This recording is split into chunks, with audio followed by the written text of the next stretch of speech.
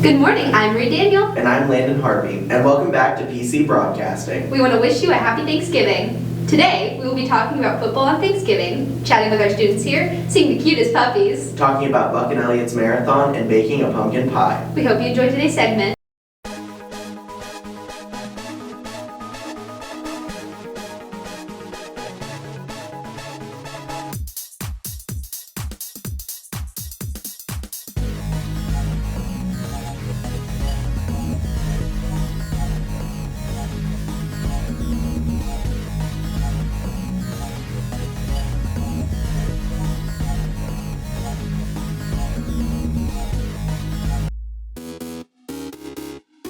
While the focus for many of us is the food on Thanksgiving, for some it's the football that brings the holiday spirit. Here's Emily McGillum with Football on Thanksgiving.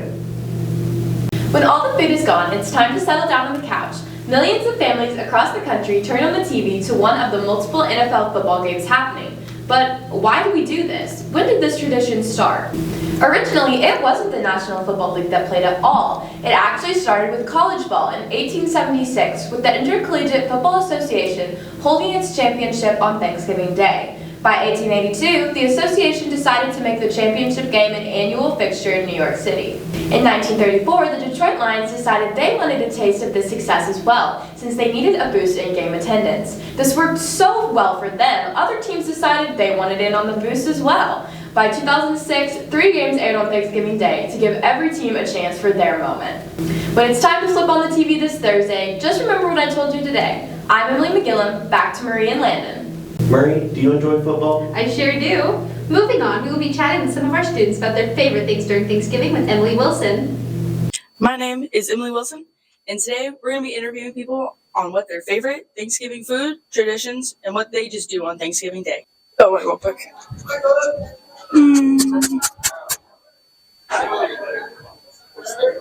I know, we need to find more people. Hi. All right. What's your name? Caitlin? What is your favorite Thanksgiving food? Cranberry salad. That's a lot of people's least favorite. Thank you. Oh, I know who.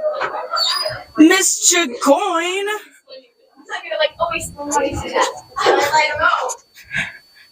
Hi. What's your name? Miss Chagoin? What is your favorite Thanksgiving dessert? Oh, dessert? I'm usually too full from the sides, because sides far trump desserts. What's your favorite side? Dressing? Which some of you call stuffing? Ooh. I don't like stuffing. Because you have stuffing, not dressing. Dressing is much better than stuffing. No. Yes. Miss Hay! It's okay. Hi. Absolutely horrible. I will not. Aw. What's happening? I just think like Thanksgiving. I'm not a fan of Thanksgiving because I don't like the food. Do you guys like do you celebrate it? Yeah, we do. What do you do? We play ping pong. We have a ping pong tourney. We even have medals. My family is very cutthroat about it. You're gonna have to bring one of those in on Monday. Excuse me, you're looking at the 2024 champion here. Hoping to have a repeat 2025. Guy, I am literally with a celebrity right now. It is. Oh my gosh, I am with a celebrity. I don't even practice. It's all wrong after that. Oh my gosh. Yeah. Hi, Olivia. What's your name? My name's Olivia Whitecamp. What grade are you in? I'm a sophomore. What is your favorite Thanksgiving tradition?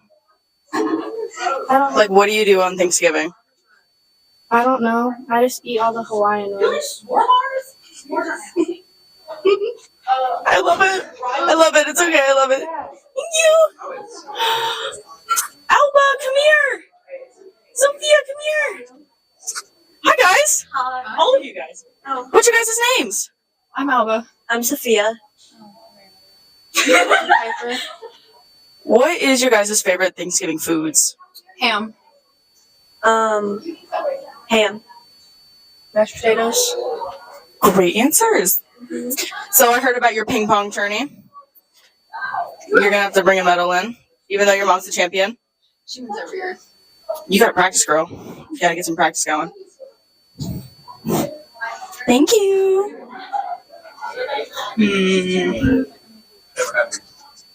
I don't know who else. Who else should we do? Hi. Hi. What's your name? Mrs. Sutton. What do you and your family do on Thanksgiving? Well, we have dinner and then we put up our Christmas tree. It's still November. I know it is, but this year Thanksgiving's really late. So, Oh yeah. supposed to. Yeah. Don't ask Mrs. Vinny. She puts hers up right after Halloween. I know, she already has her Christmas trees up. So I think that's crazy. It is. It's a little early for me, but that's okay. Yeah. Thank you. Now, they all talked about food and now I'm really hungry. For right now, let's go back to Marie and Landon in the studio. Do you prefer turkey or ham? I think ham. What about you? Turkey, most definitely. After talking about all that food, let's move on to a marathon, specifically one ran by Buck and Elliott on November 8th with Regina Martin. Hello, my name is Regina Martin and I'm here with Buck Seger, Ann. Mr. Elliott. And today I'm going to interview them about their marathon that they ran on Saturday. So, why did you guys decide to run a marathon? We talked about running big distances for a while, and he was training for, I think, the Monumental. I got started running again in July, and the time frame worked out. Like, it was the 16-week prep for the marathon lined up with the Indy Monumental. Yep, kind of the same thing. We've talked about it a long time. I was training for that one, so he kind of just hopped on board, and we did some runs together, a lot of them separate, but just kind of trained for that for a good 16 to 20 weeks. I was thinking of running a marathon in the summertime, but we'll see. I don't know. It takes a lot of guts to get trained and stuff for that, so I respect that. So how did you guys train, speaking of it? So we did two different training programs, I guess. Mine was kind of more basic because I just wanted to finish. So mine, like, it tapers you up and then tapers down coming into the marathon. He was more focused on speed work. He wanted to hit a specific time, so his had like a lot more sprints and section work in it than what mine did. Yep. So I've ran one before. I've ran this one before, actually.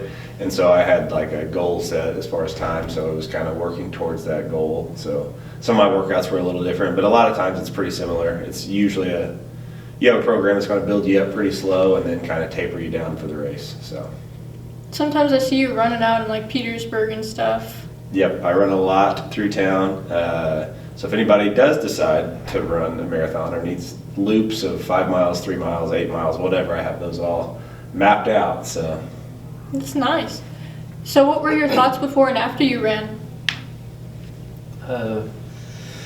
Going in, like, we'd put, the hay was in the barn, so to speak. He's used that phrase before. Like, we knew that we'd put in the training and all that stuff, so it was just a matter of how your body's going to hold up on that particular run. Because you have good days, you have bad days.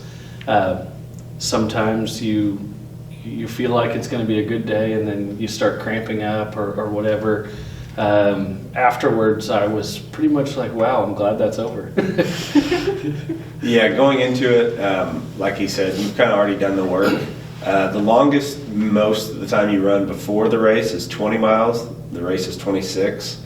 And like I was telling him, kind of going into it, you're gonna hit a point where it's gonna be really bad. So just kind of knowing that.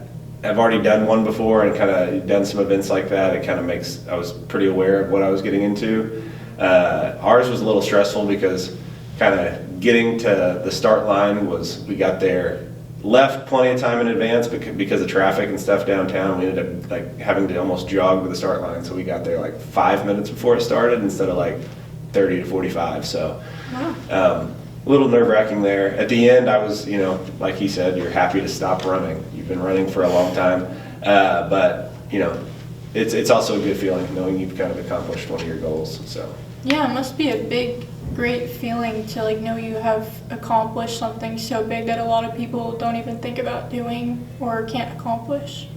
Yep, I think it's 1% of all people on Earth have ran a marathon. So in a pretty small percentage.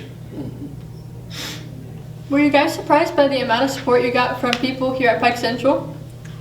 Yeah, I think it was Wednesday morning we came in, there was all the signs in the hallways and on our office doors. That was pretty cool.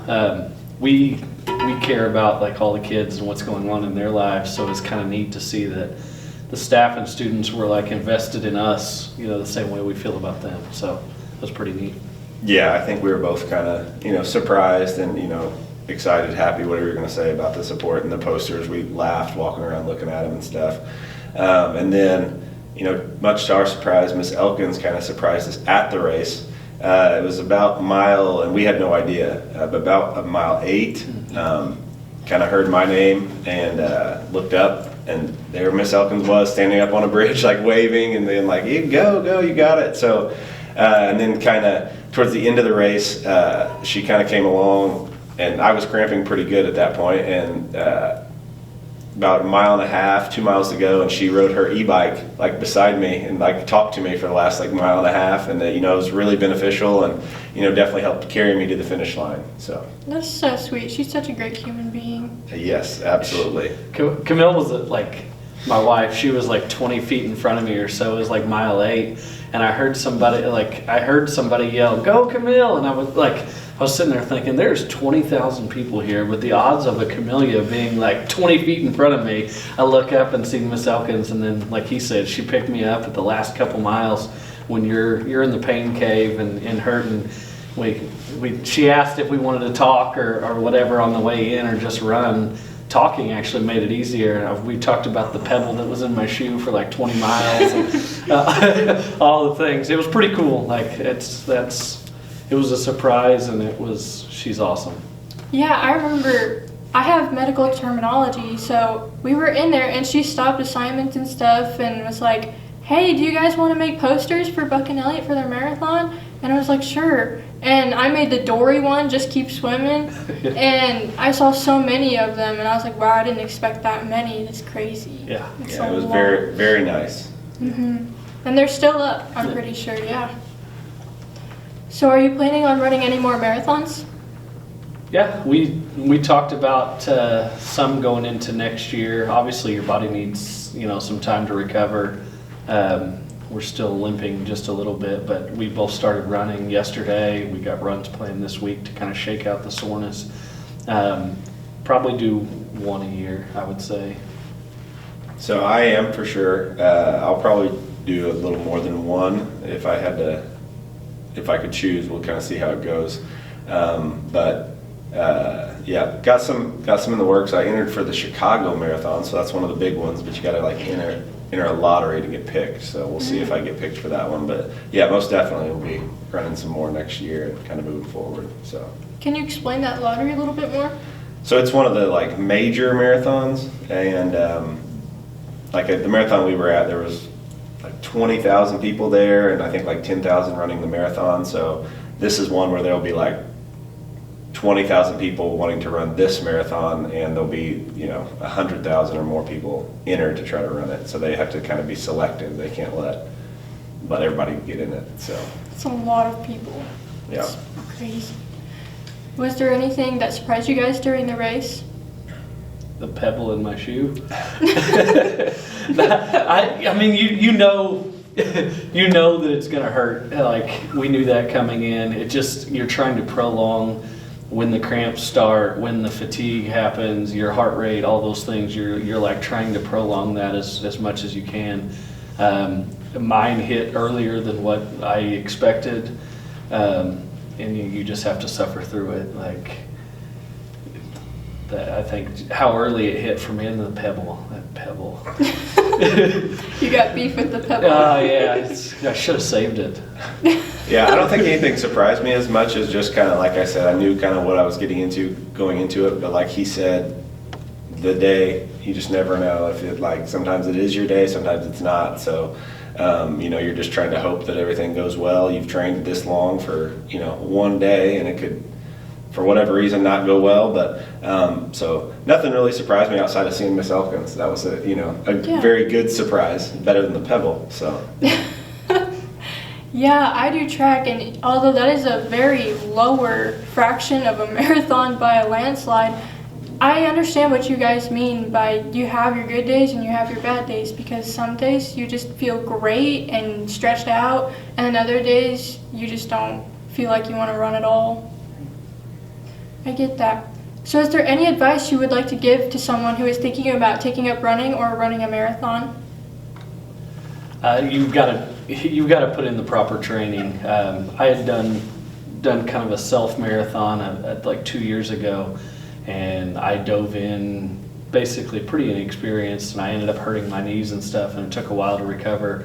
This one, I did it properly, ramped up slowly and all that, and my knees were great. Like I didn't have any health issues as far as that goes, so you got to do it the right way. You can't just jump in and expect to be able to do it.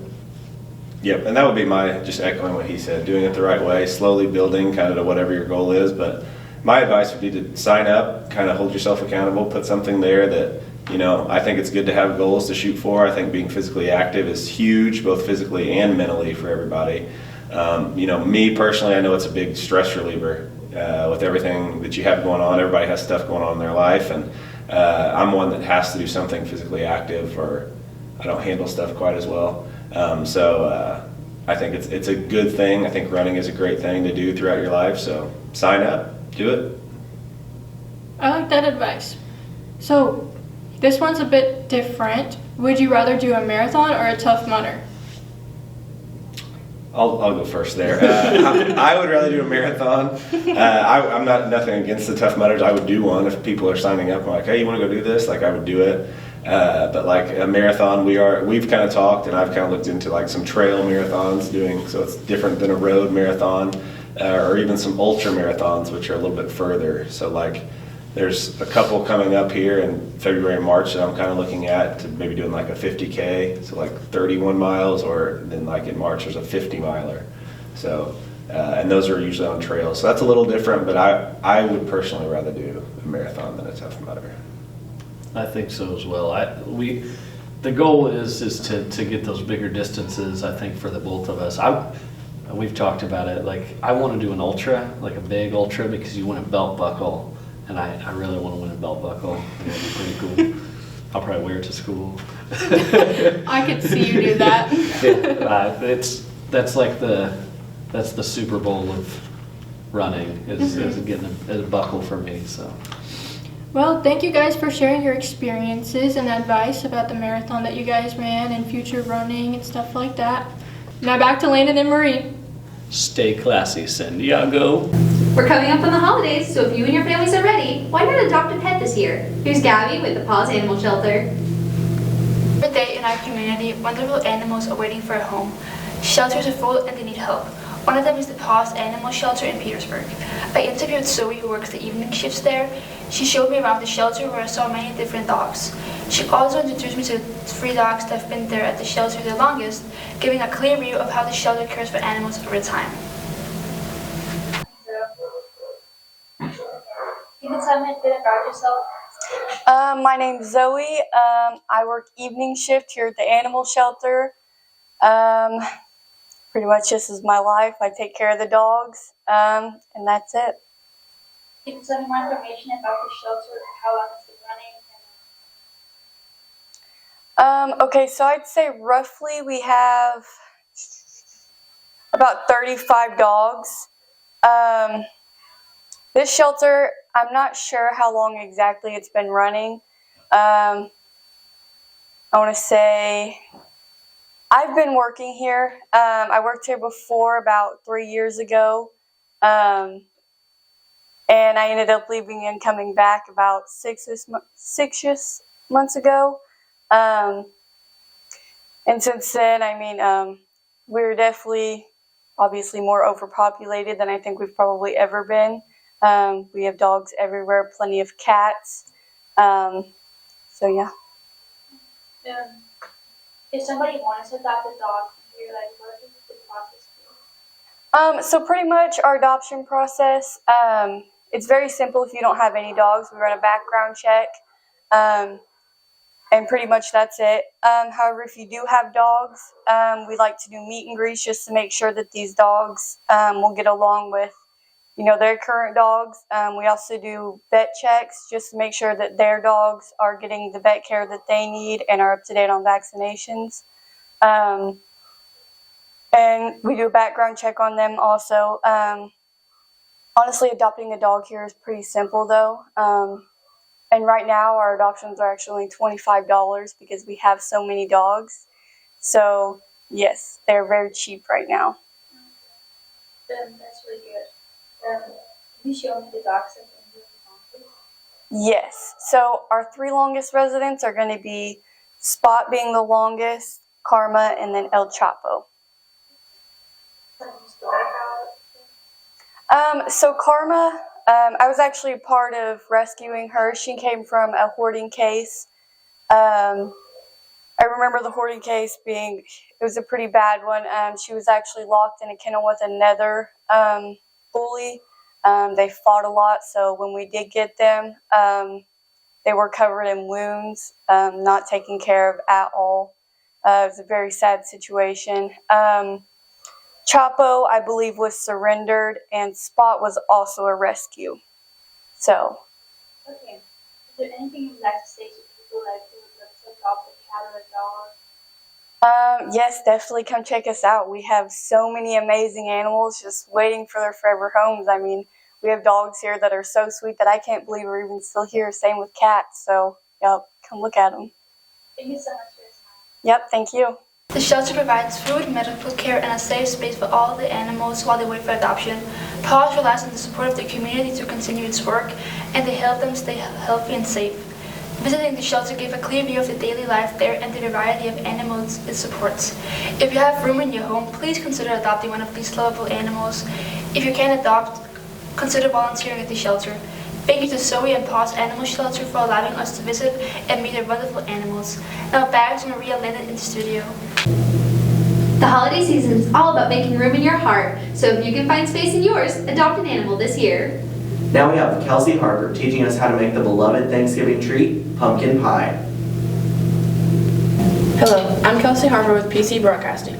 I'm here with Randy Cooper.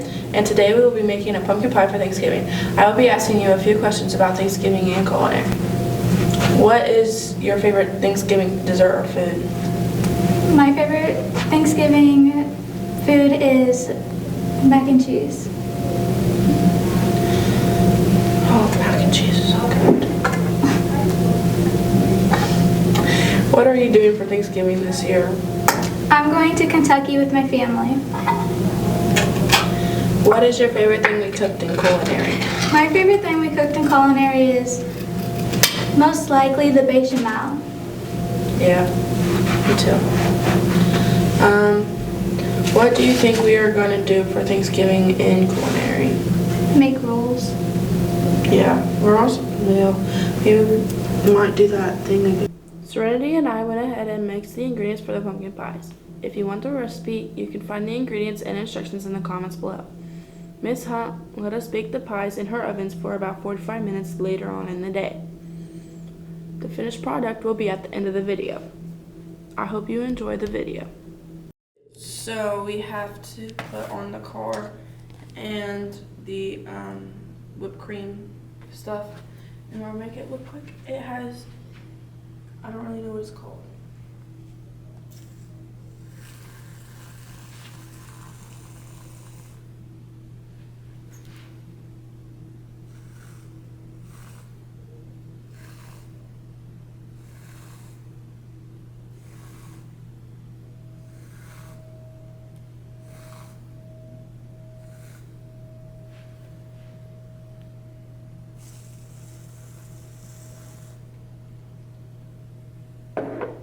Yay! It's all done. The car. And then the other one just has dots on it because I can't really eat the car, so yeah. Thank you for joining me and answering my questions, and thank you for helping me make this amazing looking pumpkin pie. Now back to Marie, Daniel, and Landon Harvey. That sure made me hungry. I'll be sure to grab a slice. NHS will be accepting monetary donations for the Christmas toy drive, so be sure to be thinking about giving this holiday season. See Miss Craig with more details. Hey Landon, what did the sweet potato say when it was asked if it was ready for Thanksgiving? What? Yes, I am. Are you sure that's the joke you want to end with? Yes, I am. Thank you for tuning into PC Broadcasting. I'm Landon Harvey. And I'm Marie Daniel. Have a happy Thanksgiving.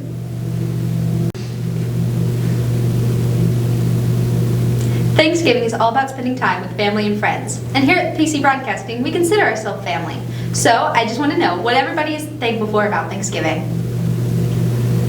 Gabby? Oh, well, I haven't celebrated before, but like I'm really excited to like try the food and like see what you like what the like really American tradition is, like, you know, like say what you're thankful for and like be with family and stuff like that, because like I know each family has like different traditions, so I'm really excited to see that. Watch some football too. Yeah, what's more American than that? Nothing. Apple pie. I'm excited to go hang out with my boyfriend's family because they're very sweet. Yeah. It's a year where we are hosting once more, so constant cooking, but I never mind it because we always pull up the Macy's Day Parade on like somebody's phone to watch it while we cook. I'm just excited for the food, guys. Ooh, turkey or ham? Turkey. Yeah, he answered that question. Yeah. I like ham. Honestly, since I'm in a band, we always watch the Thanksgiving Day Parade, and we always just like stay and watch the band. But while we're cooking, and I'm really excited for my dad's homemade noodles. Ooh. And homemade rolls, homemade pumpkin pie. We have like everything homemade.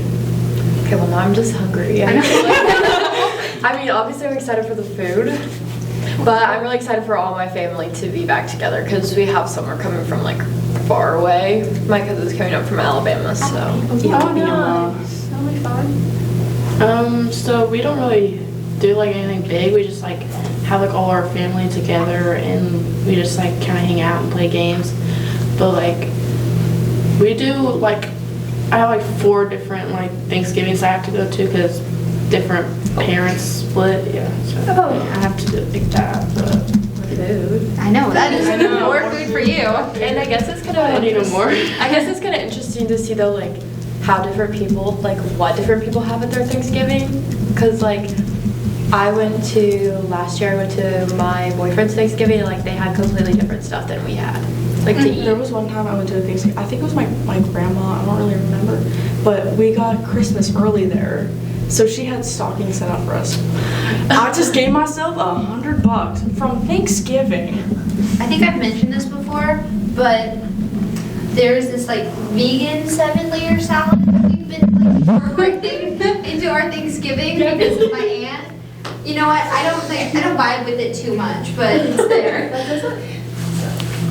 I know. I'm just excited. Oh, sorry. No, you're okay. It's okay. I'm just excited to like when we get back from break. I'm excited to see what y'all like all are up to and like what you like ate. We're all gonna gain 20 pounds. I swear. The deviled eggs, whatever they're called. Oh, so good. They're my favorite thing every year. I always get excited. Yeah. I love me some deviled eggs. Mm-hmm. It's like nope. Oh man. You. That's crazy. And ham is better. Turkey is better. Ham is better. Turkey is Turkey's better. too dry. From our broadcasting family to your family. Happy Thanksgiving!